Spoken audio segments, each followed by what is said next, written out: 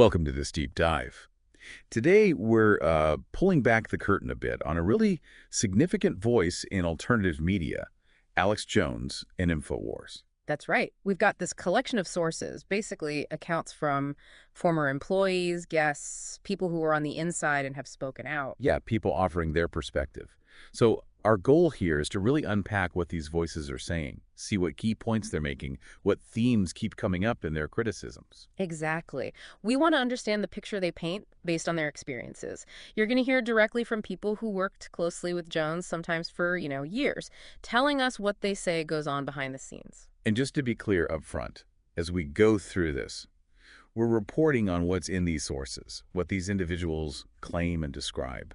Absolutely. We're not taking sides or endorsing any particular view, just laying out the information presented in this compilation of accounts. Okay, let's dive in. Now, when you look at this collection, some common threads, they kind of jump out pretty quickly, don't they? They really do. You hear recurring concerns about, well, integrity, about Alex Jones maybe refusing to criticize certain things, like Israel specifically, the use of NDAs, non-disclosure agreements. Right, and just descriptions of, like, negative vibes internally. Yeah. Dynamics within the company. Yeah, those themes definitely form a sort of backbone to these accounts. So maybe the best way to get a handle on it is to look at the specific people cited in the source material and what they actually said. Sounds good. A really compelling figure to start with is Rob Jacobson. The sources say he was an editor there for a long time. A very long time, over 10 years. And he was apparently fired just a few months before this source material, this compilation, was made. Okay. And his comments, shared on places like Facebook, they weren't subtle. Not at all. The source quotes him calling Jones a duplicitous liar, and his description of the audience was thumb-sucking cult members. Wow. Thumb-sucking cult members. That's direct. What were some of the specific issues he raised, like policy disagreements or content disagreements? Well, one thing highlighted was Jones's take on that huge weapons sale Trump made to Saudi Arabia, like $500 billion worth. Jacobson felt Jones kind of downplayed it or spun it in a way that wasn't really anti-establishment. And there was something about Trump's missile strike in Syria, too. The source has a clip on that. Yes, a major point of contention for Jacobson. His view, as presented, was that Trump really dropped the ball there. Instead of exposing the COG, Jacobson's term for criminals in government. Right, the COG. He felt Trump just went with them, became part of the fog, basically got sucked into the system he was supposed to challenge. And Jacobson seemed to think that that specific stance, his criticism of Trump on Syria, might have been why he was let go. That's certainly the impression given in the sources, that his refusal to just, cheerlead for Trump on that issue was probably a key reason he was fired. Okay. Now, you mentioned earlier the theme about Israel. Did Jacobson touch on that? It did, very directly. The source quotes him confirming that accusation, saying flat out, "They never touch Israel." They never touch Israel. Yeah. And he followed that up by calling Jones a big, fat Zionist shill. Strong language, clearly indicating his view on Jones's perceived bias or unwillingness to criticize Israel. He also apparently described Jones as someone very quick to criticize others, while acting in ways Jacobson called insane. Right. And he summed up his view of where Infowars had ended up by calling it the National Enquirer of the Internet media world. Ouch. Suggests the move towards what? Sensationalism over substance in his eyes? That seems to be the implication, yeah. A departure from maybe what he saw as its original purpose. Okay, that leads us to another pair mentioned, Aaron Dykes and Melissa Melton. Aaron was a sidekick earlier on. Yeah, he was quite prominent for a while, then left years ago. Melissa, his wife, also worked there and quit alongside him. Their departure was further back, but they still had things to say later. Well, the sources bring up public comments Aaron made later, apparently mocking Jones for not releasing some promised sequel, like an Obama Deception 2. And he also drew parallels, saying Trump supporters were being deceived like Obama supporters have been, calling both Trump and Jones compromised puppets. And their experience shed some light on the leaving process itself, the NDAs. It did. The sources detail their account of having to sign non-disclosure agreements when they left. Standard practice, maybe, but they felt there was more to it. They described being, and this is a quote, not so subtly reminded multiple times after they left to essentially shut our freaking mouths. So a feeling of pressure even after they were gone. That's what they convey. They also talked about experiencing things like suspicious activity, drama, BS, just general infighting and blacklisting inside the company. Sounds messy. Yeah, and their stated reason for leaving was basically they just didn't want to be embroiled in all that stuff anymore, even though they acknowledged some friends wanted them to speak out more. Interesting. Okay, now another name that comes up is Anthony Gucciardi, described as a former #1 sidekick. He left more recently. Yes, and his departure was notably quiet, according to the sources. No real public explanation from him or from Jones. And the source speculates on why that might be. Yeah, and notes his current online presence seems to be mostly like inspirational quotes. And the speculation mentioned is that this quietness might be due to NDAs or maybe fear of, threats or repercussions. And there was that detail from a secret recording from earlier in his time there. Right, cited in the source.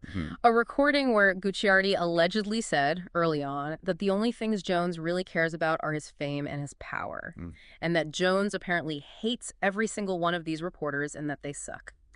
If accurate, that paints a picture of, well, self-interest and maybe contempt for others in the field, even back then. Let's move to another recent departure. Kurt Nemo, editor and webmaster, also fired. Yeah. And his stated reason for being fired, according to these sources, fits that pattern we discussed. Not being willing to go along with the Trump cheerleading, as he put it. He actually spoke to the Daily Beast about it, didn't he? The sources mentioned that. He did. And he basically said Infowars had changed. It became, in his words, essentially a pro-Trump propaganda outfit. Moving away from its original focus on, the establishment or the New World Order. That was his argument. He felt it had abandoned that broader critique. And he listed specific points of disagreement with Jones about Trump, things he felt couldn't be ignored. Exactly. The sources list quite a few. Trump enabling crony capitalism, not ending wars, supporting waterboarding, killing families of suspected terrorists, wasting military money, supporting Israel despite what Nemo called crimes against humanity. Like the whole list. Yeah. Also omitting Saudi Arabia as a terrorist state, militarizing police in the U.S., a lot of things. And Nemo made the point that Jones used to oppose most of those things. That's what he claimed, with one notable exception again. Let me guess. Israel. You got it. Nemo explicitly confirmed, again, that Alex Jones has refused to criticize Israel. It's a really consistent point across these accounts. Nemo also had some thoughts on the current sidekick, Paul Joseph Watson. He did, called him an Islamophobe, basically saying he'd fully adopted the alt-right philosophy on Islam. And he saw a shift in Watson's focus, too. Yeah, Nemo noted that Watson used to blame things like radical jihadism on, say, the CIA or British intelligence. But according to Nemo, he doesn't really mention that anymore. Another perceived shift. What about the official reason Nemo was given for his firing? Performance issues. Nemo claimed Jones, and Watson said it was poor work performance. But Nemo insisted the real reason was that he just wasn't willing to be a yes man about Trump.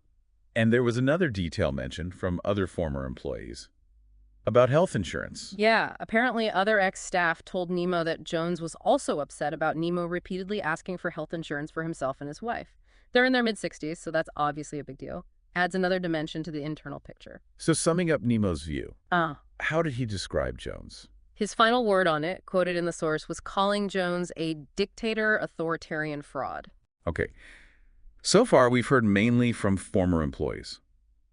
But the compilation also includes critics from the wider sort of alternative media world, right? People formerly associated. Definitely. Like Luke Rudowski. He was linked with Jones in the past. What was his issue? He specifically called out an Infowars article. This article claimed that U.S. disasters were linked to actions against Israel at the UN, specifically the U.S. abstaining on a vote about illegal settlements. The article said abstaining cursed America. Seriously. That was the claim Rudowski was reacting to. He called it ridiculous and a joke. He pointed out, other countries actually voted against the settlements. The U.S. just didn't veto. So he saw it as totally disproportionate. Yeah, and he labeled Jones a rabid Zionist for pushing that idea that America is doomed if it doesn't back Israel unconditionally. Shows how intense that particular criticism is for some. Then there's David Icke, a big name, described as a longtime guest, but not on Infowars much anymore, since the Trump era. That's the description. And the sources cite a conversation involving Icke, where he offered a kind of broader critique of where some alternative media had gone. What was his main point? He felt that some outlets, instead of criticizing the whole system, had just flipped. They started framing the system as being rigged against Trump, essentially becoming, in his words, an alternative Fox News. And he didn't like the tone either. No, he criticized using things like terrorist attacks just to bash Muslims and delivering videos that were just filled with hatred, as he put it. So he saw them becoming part of the problem. Pretty much. He said they were becoming that which they've claimed to be exposing. Basically, tools for divide and rule. He found the whole shift embarrassing. Like a betrayal of the original idea? Exactly. He said it showed who really is in the game, pointing out the change from, don't vote for the lesser of two evils, to basically saying, trust the system now because this guy is slightly less evil. And did Ick also mention the Israel criticism thing? He did. He specifically called out alt-media figures, implicitly Jones among them, who refused to criticize what he termed Rothschild Zionism. So yes, that theme echoes again. Okay, let's quickly touch on a couple more voices. Jason Burmis, former producer. Yeah, involved in things like the Loose Change documentaries. His criticism, cited in the source, was about Infowars cheerleading for the Trump administration. Feeling they were ignoring inconvenient facts. That's the gist. Ignoring things like Goldman Sachs people in the administration, Peter Thiel being involved with Bilderberg, the whole issue of dealing with Saudi Arabia potentially funding jihadis, things a documentarian might see as key facts being overlooked. Even someone like Ron Paul weighed in directly. Apparently so. The source includes a clip where Ron Paul is supposedly telling Jones straight up that he sounds like a neocon. Wow. Yeah, accusing him of pushing bomb North Korea propaganda and speaking for the deep state and neoconservatives. Coming from Ron Paul, that's quite a statement. Okay. And Wayne Madsen, another former longtime guest. His comments were pretty harsh, personally. Extremely harsh. The sources quote a tweet where he called Jones crazier than a shouse rat and a bloated, lying shitbag. Whoa. Okay. Did he elaborate anywhere? Yeah, he spoke on the Richie Allen show, mentioned in the compilation. He said he often had no idea what they're talking about anymore, including Jones. So it's disconnect. Seems like it. He speculated maybe Jones cut deals with Trump, maybe for bandwidth or something. He slammed Jones's interview with Trump as dreadful and disgraceful for not challenging him at all. Sounds like he was genuinely puzzled by the change. He seemed to be, questioning if Jones was always like this or if something more sinister happened. He threw out possibilities like maybe Jones tried too hard to get on cable news, lost his base, just disconnected. And he and Richie Allen agreed on a key point about the shift. Yeah, they both felt Jones had totally abandoned his old principle that Democrats and Republicans are just two wings of the same corrupt bird, controlled by oligarchs. And instead became a psychopath for the president, in their view. Just shilling for Trump to his audience. They called it a tragedy. Okay, last one here. Jack Blood, described as a former wingman, hosted the show. Really inside. Yeah, Blood's perspective is painted as very much from the inner circle, and his claims are incredibly strong. What did he say? He claimed he spent years essentially propping up Jones, making excuses for his behavior. Well, now, he says what comes from Alex Jones' court is not honest, that Jones is not an honest broker. And what does Blood believe Jones really cares about? He claims it's not things like 9/11 Truth or the Republic. It's about controlling the country, controlling the world. That's his assessment. He even compared Jones to the oppressors? Yeah, saying people like Jones have no conscience, they'll say anything to get hits, and that they could end up being 10 times worse than the oppressors you have now. A really stark warning. Did he use the word cult? He did, Sure. referred to Jones having a little cult. And his final verdict, based on knowing him well, Jones has changed and is absolutely 100% fake. So, okay, we've gone through a lot of different voices here. Editors, sidekicks, producers, guests, wingmen. When you pull it all together, what are the main takeaways? The patterns that really stand out from this compilation? It's the convergence, really. Multiple people, different roles, different departure times, all pointing to similar issues. You've got those widespread concerns about basic integrity, about honesty. Right. You've got this strong recurring theme of a shift towards partisan politics, specifically pro-Trump cheerleading, seen by many as abandoning the core anti-establishment mission. And tied to that, the Israel point comes up again and again. Repeatedly. The refusal to criticize Israel is documented across multiple accounts here. Then there's the stuff about NDAs, the feeling of pressure or threats after leaving. That comes up more than once. And the internal environment descriptions. Yeah, descriptions of negative dynamics, poor treatment of staff, and this perception that it became more about Jones's personal fame and power than any kind of mission for truth. It's definitely striking to hear such similar points from so many people who are, right there inside that world for significant periods. It really is. Their collected experiences, as presented in these sources, paint a very complex and often critical picture of a major figure in alternative media. It raises a lot of questions. Definitely raises questions about motivations, consistency, how things evolve inside these kinds of operations. It gives you a perspective you wouldn't otherwise get, from the inside looking out, so to speak. So we've taken this deep dive into these specific accounts, these stories from people once inside the Infowars sphere.